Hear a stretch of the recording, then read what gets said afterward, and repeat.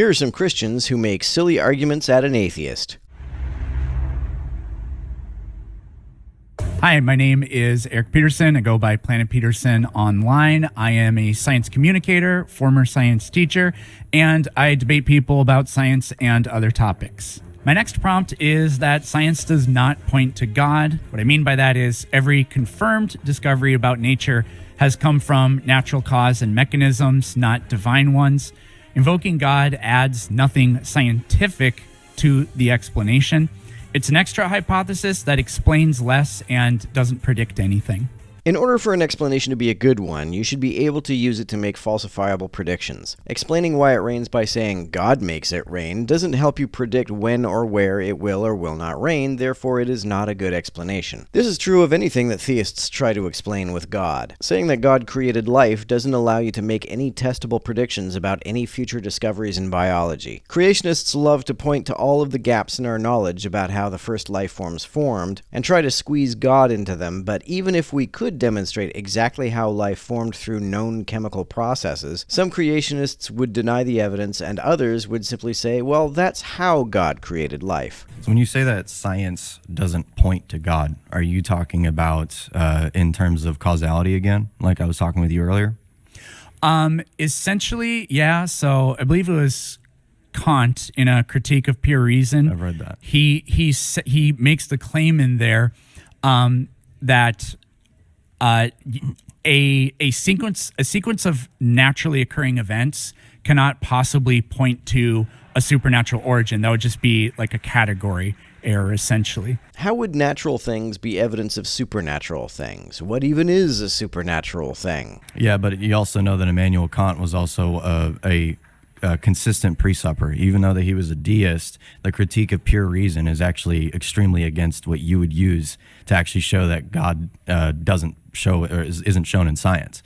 Because the entire point of the Critique of Pure Reason is to show that reason is not enough to basically show the historical narrative of the universe in the first place. No, it isn't. The main point of the Critique of Pure Reason is to demonstrate that a priori synthetic knowledge is possible, which I don't think it successfully does. That's why he grounded everything in God himself. He was one of the very first people to actually throw out the necessary preconditioned stuff. I mean, most of the people that run tag arguments, they use Immanuel Kant for that. So I don't know how you could use Immanuel Kant to basically show that that would be the case. Because the assertion that you can't infer the supernatural from the natural is not predicated on any presuppositionalist argument that Kant may have made. It stands on its own. You don't have to agree with everything Kant said to agree with any one thing that he said.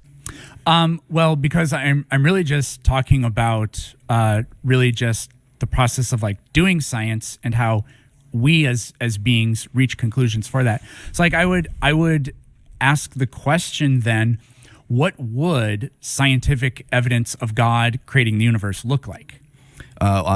I guess I can kind of stick with Immanuel Kant then, right? The fact that there are things that are naturally occurring in the first place, and then you can see consistency or use induction, the ability to use induction in the first place. No, it wouldn't. The only reason you could think that is if you assume that the default state of the universe is chaos and that consistency must be deliberately imposed by a conscious entity. This is an entirely baseless assumption. Would be the evidence towards that. Granted, the science by itself, right, just like the physical science by itself, may not on its own, without talking about the philosophical reasoning behind why that thing points to insert X thing here, right?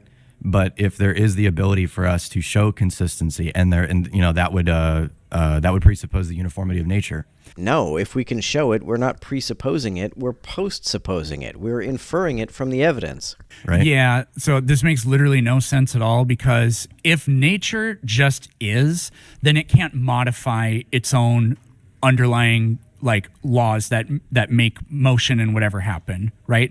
It doesn't even make sense that uniformity would need a cause. Uniformity is just the absence of change. If the speed of light changed tomorrow, it would make sense to ask what caused that, but if it doesn't change, why would that need an explanation? Nothing happened. What is there to explain?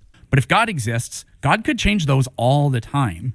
So the idea that the consistency of nature is what God would do, Actually, the opposite of that is totally what God would do. It's funny that apologists will argue that the laws of physics never changing is only possible if God makes it so, but when they think a miracle has occurred and therefore a law of physics has been broken, they will then argue that that is only possible if God makes it so. How convenient that no matter what happens, it's somehow proof of God. So I'm not saying that nature should fluctuate all the time, but absolutely God could do that.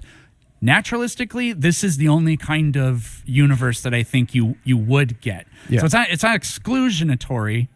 I don't know if that's a word or not, but I don't think in any way it points to God.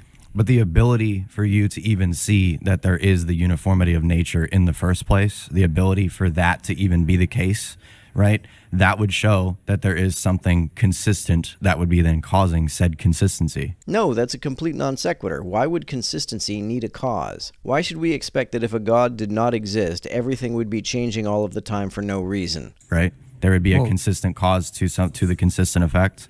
Yeah, a consistent nature, and like literally everything about you is molecules in motion. So if you are part of a system that has to obey the laws of physics, then of course. Yeah, but then the thing that caused me would then also be something consistent. The thing that caused you would be consistent? I'm not even saying God yet. I'm just saying in general that whatever I was caused by, whether it be God or whether it be something naturally occurring like evolution, you'd say that it's then consistent, right? Yeah. But then you can see things within your paradigm regarding things like evolution where you can see extreme inconsistency in the way that things come to be. Like what? I mean, any creature ever. I mean, with the way that things generate from nothing. What things in biology generate from nothing? Everything in biology is chemical. It's all generated ultimately by chemistry. If things being generated from nothing is inconsistent, then God must be inconsistent if he created the universe from nothing. We're just made of atoms and molecules. The DNA evidence overwhelmingly shows, it actually proves universal relation.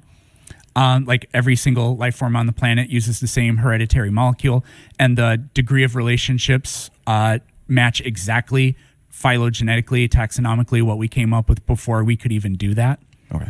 When DNA was discovered, it provided a great way to test evolution. We inferred the relationships between organisms from the fossil record, and if DNA didn't show close similarities between organisms in the same genus, and did show close similarities between organisms of different kingdoms, then we would have to revise our understanding of either the fossil record or the nature and function of DNA, or both.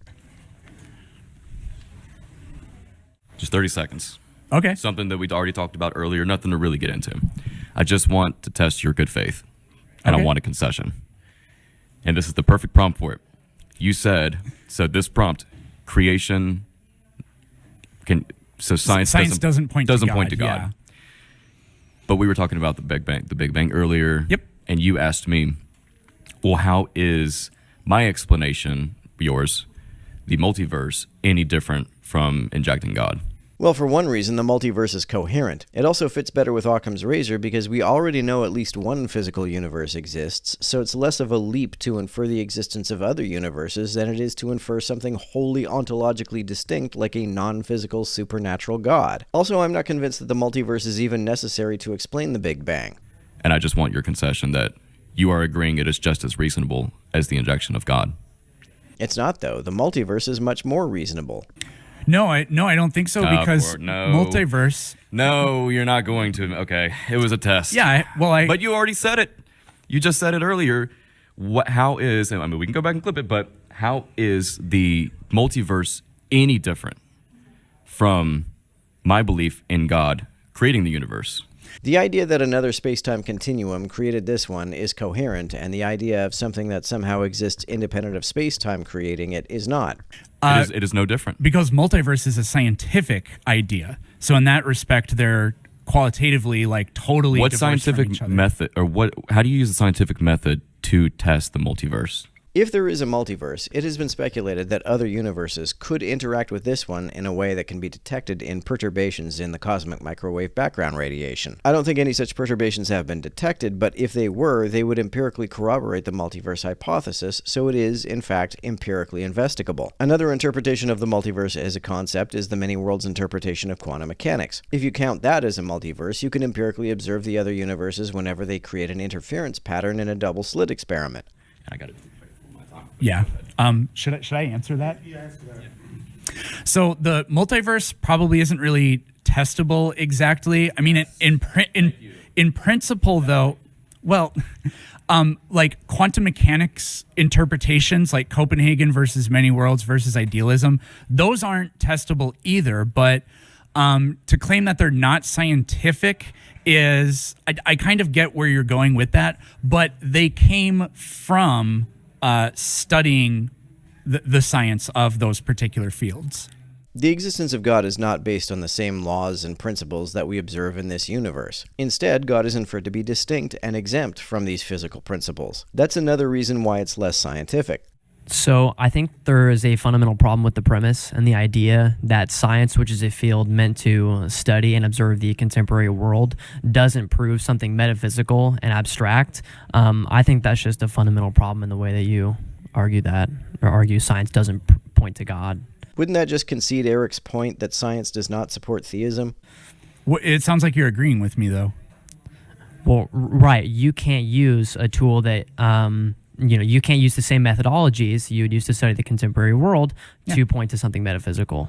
Yeah, that's the point. I think Eric intended his argument to rebut folks like creationists who insist that science does show evidence that theism is true. Yeah, that's Right. fine. I mean, like, when I talk to religious folk and they just say, like, well, I just have faith that God did it, I basically stop debating them because I'm like, I hope you have a happy life with your religious belief here and whatever. But Do you when they think when they're they say objectively something wrong? like scientifically, I know that God did it, then I'm like, okay, well, no, you don't.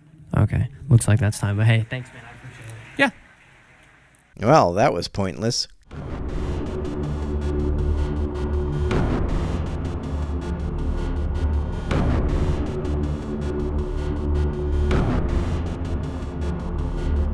To everyone who helps me out on Patreon, you're a big help. Thanks so much.